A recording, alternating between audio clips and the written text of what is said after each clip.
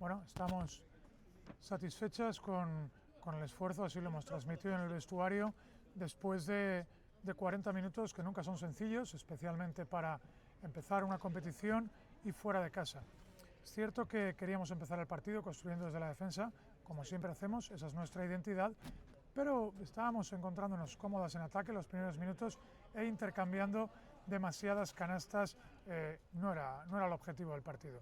Afortunadamente lo hemos corregido desde la rotación, desde salir con energía, desde el banquillo y ejecutar nuestras normas y nuestro plan defensivo. Unos minutos de desconcentración han hecho que se ajustara el marcador y en nuestra opinión estábamos encajando demasiados puntos al descanso, 43 son demasiados. Bueno, hemos salido con energía, con un buen ritmo defensivo, hemos podido dar la vuelta también desde compartir el balón, desde la anotación exterior.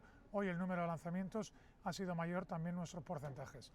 Pese a la alta anotación hay cosas que mejorar, repito, en defensa, también en aspectos ofensivos, porcentaje de tiro libre, hemos cometido pocas pérdidas para el número de asistencias que tenemos, pero queremos seguir jugando con esta idea de colectividad, recuperar jugadoras y el mejor nivel individual nos dará el mejor nivel colectivo.